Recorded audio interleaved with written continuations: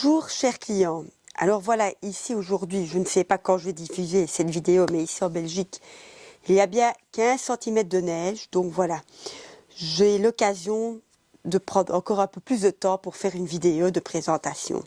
Je suis donc toute seule, Xavier n'est pas là. Alors aujourd'hui ici, je vais vous présenter 3 différents modèles, en tout il y en a 4 bien évidemment devant moi, mais 3 différents, vous allez comprendre pourquoi. C'est Bruni, marque italienne, qui fait ça en 4,5 bimétallique. J'ai devant moi 2 modèles revolver, un 4 pouces et un 6 pouces. Alors, ces modèles revolver sont fournis avec le speed loader dans leur petite boîte en plastique. Également un rail Picatinny pour y mettre, si on veut, un point rouge. Il y a également un petit rail ici où on peut, via le rail Picatinny fourni avec, mettre une lampe si on le souhaite. À ma droite, dans sa petite boîte en plastique également, j'ai un petit Bruni, le M84. Un petit Bruni police en chrome qui tire lui également aussi les petites billes métalliques dans son petit chargeur. Et alors, dans leur gamme de pistolets à blanc, nous avons le fameux Bruni Gap. Ben, nous l'avons ici également, le Gap en billes métalliques. Le voici. Ce Gap en billes métalliques a un vrai blowback.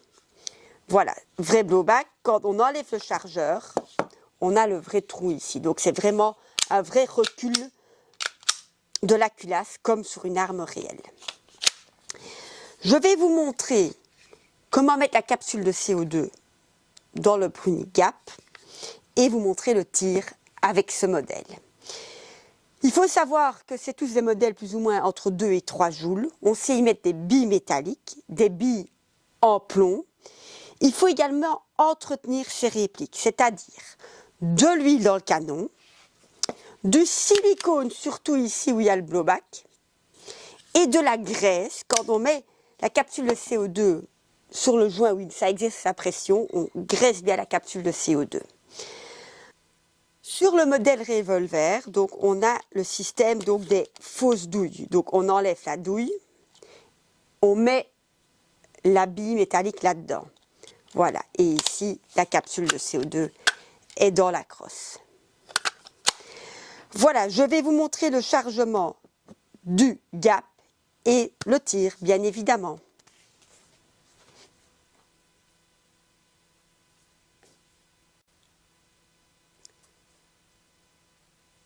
Alors, pour le rechargement du Gap, dans la petite boîte en carton, il y a une clé Allen. Pour ce modèle, donc, c'est une boîte en carton. Pour les 2 autres modèles que je vais vous présenter, ils fournissent des boîtes en plastique.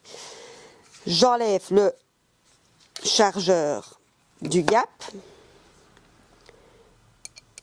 Je dévisse. J'y introduis le CO2. Je m'assure de bien suivre le filet pour pas endommager le chargeur.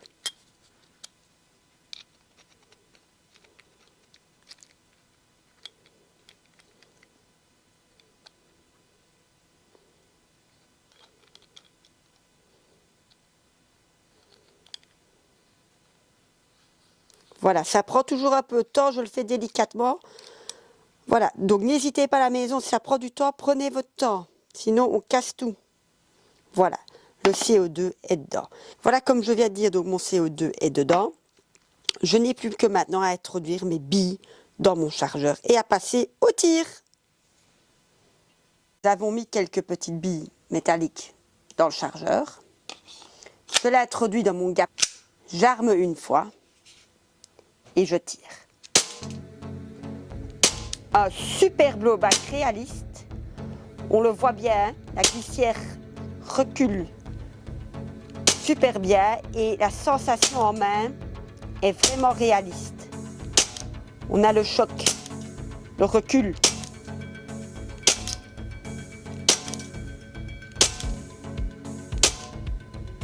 Voilà. Et à la dernière bille, il se bloque comme un réel.